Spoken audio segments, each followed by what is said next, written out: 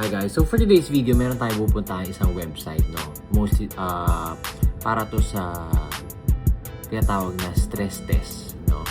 So for this one, dito mo makikita if smooth ba yung pagtakbo ng computer mo o gamit yung GPU na meron ka, no? So ito lang yung website, or this is the link na itatype mo. Ito yun.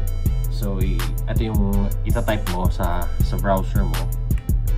So, kinabi-paste ko na lang siya. Pero yan yun, no? easynow.github.io/vsbm.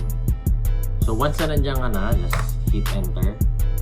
And then, click mo lang yung okay. So, ito na yung lalabas, no? Pwede mo siyang laruin.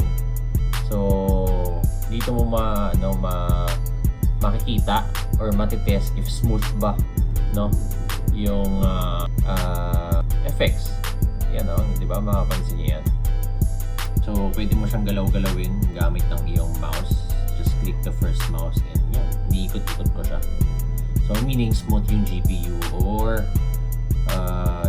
yung set na gamit ko. Ako, kaya ako nag-check din, nakita ko lang ganyan, and then gusto ko rin syempre i-share sa inyo, no? Lalo na sa mga AAA games, yung mga like Counter-Strike, you know, Valorant, etc. Yung or yun yung pwede mong gamitin actually para ma-check mo if smooth yung PC setup.